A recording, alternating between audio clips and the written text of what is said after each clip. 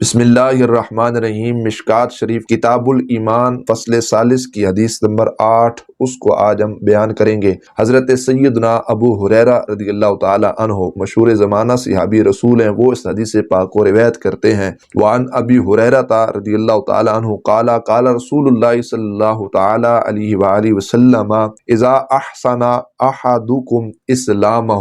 حضرت ابو ہریرہ رضی اللہ تعالی عنہ فرماتے ہیں کہ رسول پاک صلی اللہ تعالی علیہ وآلہ وسلم آپ نے ارشاد فرمایا، جب تم میں سے کوئی شخص اپنے اسلام کو ٹھیک کر لے۔ اسلام تو ہے ہی ٹھیک، اسلام کو ٹھیک کرنے کا مطلب کیا ہے کہ بندہ اسلام کی تعلیمات پر عمل کرنے والا ہو۔ ایک معنی یہ کیا گیا ہے جو بھی احکامات اسلام کے توسل وسیلہ سے ہم تک پہنچے، ہم ان تعلیمات احکامات پر عمل کرنے والے ہوں، اور ایک معنی یہ کیا گیا ہے جتنی بھی اسلامی تعلیمات ہیں ان تمام تعلیمات پر حسب الاخلاص عمل کیا جائے، کہ ہماری نیکی، ہمارے اعمال صالح وہ اس کی جو بنیاد ہیں وہ اخلاص کے لحاظ سے ہوں۔ بلا من اسلم وجہہ للہ وہو محسن۔ اللہ رب العزت نے اس لیے ارشاد فرمایا نیکی تو یہی ہے کہ جو شخص اپنے سر کو اللہ تبارک و تعالی جل جلالہ کی ذات کے لیے جھکا لے تو اسی کا نام کیا ہے؟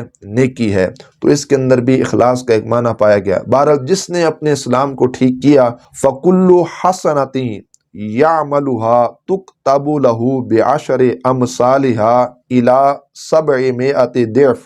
اللہ رب العزت جل جلالہ کے حبیب صلی اللہ علیہ وآلہ وسلم ارشاد فرماتے ہیں تو وہ شخص جو بھی نیکی کرے گا، حسنہ ایک نیکی کرے گا، لکھے گا اللہ تبارک و تعالیٰ اس کی 10 نیکیاں، ایک کے بدلے اللہ رب العزت اس کو 10 نیکیاں عطا فرمائے گا، اور فرمایا کہ وہ 10 جو ہوں گی بعشر امثالہا الی 700 ضعف، وہ اللہ تبارک و تعالیٰ اس کے لیے 100 بنا دے گا۔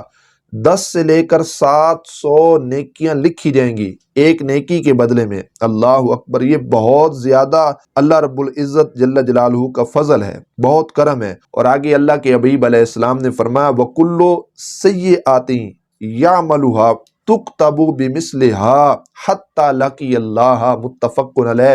اللہ کے حبیب علیہ السلام نے فرمایا اور جو کوئی شخص برائی کرے گا اس کی برائی لکھی جائے گی بِمِثْلِهَا، صرف ایک ہی برائی اسی کی مثل لکھی جائے گی، حَتَّى لَقِيَ اللَّهَ، یہاں تک کہ وہ شخص اللہ رب العزت جل جلالہ سے ملاقات کر لے۔ یہ متفق علیہ بخاری اور مسلم شریف کی حدیث پاک ہے۔ کتنا فضل ہے اللہ رب العزت کا کہ جب ہم ایک نیکی کریں گے تو 1 سے 10 گنا تک ثواب، پھر 10 سے 700 گنا تک اللہ رب العزت جل جلالہ کیا کرے گا؟ ہمیں نیکیاں عطا کرے گا۔ محدثین نے یہاں پر بھی اخلاص کا معنی پایا ہے، جس طرح اخلاص زیادہ ہوگا اسی طرح نیکیاں اللہ رب العزت زیادہ کرے گا۔ واللہ یضاعف لمن یشاء، پھر 700 تک قید نہیں ہے، جس کی چاہے اللہ رب العزت بڑھا دے، وہ 7,000 بھی کر سکتا ہے، وہ 7 لاکھ بھی کر سکتا ہے، وہ 7 کروڑ بھی کر سکتا ہے، وہ 7 ارب بھی کر سکتا ہے۔ جس طرح اس عبادت کے اندر اخلاص زیادہ ہوگا ہمارے اعمال اللہ تبارک و تعالیٰ اسی طرح کیا کر دے گا؟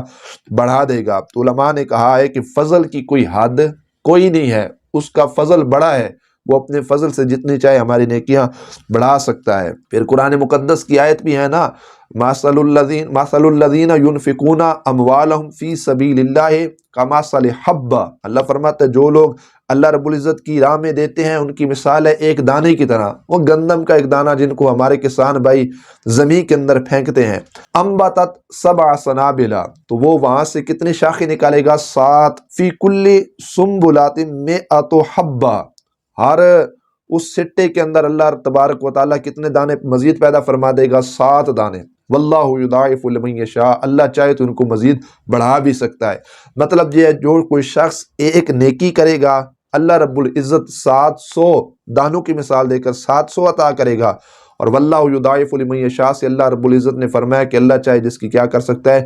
بڑھا بھی سکتا ہے۔ یہ ساری باتیں عرض کرنے کا مقصد یہ ہے، بعض محدثین نے یہاں تک بھی لکھا ہے کہ یہ جو 700 اللہ تبارک و تعالیٰ نے فرما دیا کہ 700 تک ہی ملیں گی، لیکن ہم نے قرآن پاک سے ثابت کیا ہے واللہ یضاعف لمن یشاء، اللہ رب العزت نیکیاں بڑھا بھی سکتا ہے۔ جس طرح مشکات کی شرح میں بھی بڑی خوبصورت بات یہ لکھی گئی ہے کہ مدینہ طیبہ میں ایک نیکی کا ثواب 50,000 اللہ اکبر 50,000 درجے وہاں پر زیادہ ثواب ہے۔ اور مکہ شریف کے اندر ایک نیکی کے سبب، ایک نیکی کے عوض اللہ تبارک و تعالیٰ 1,00,000 نیکیوں کا ثواب عطا فرمائے گا۔ یہ اس کی مرضی ہے، وہ نیکیاں بڑھا سکتا ہے، وہ بڑا فضل والا ہے، وہ بڑا کرم والا ہے، وہ بڑی رحمت والا ہے، وہ بڑا رحیم ہے، بڑا رؤوف ہے، بڑی محبت کرنے والا ہے۔ تو اللہ رب العزت ہم سب کو یہ جذبہ عطا کرے کہ ہم عبادت کریں اخلاص کے ساتھ، للہیت خلوص کے ساتھ۔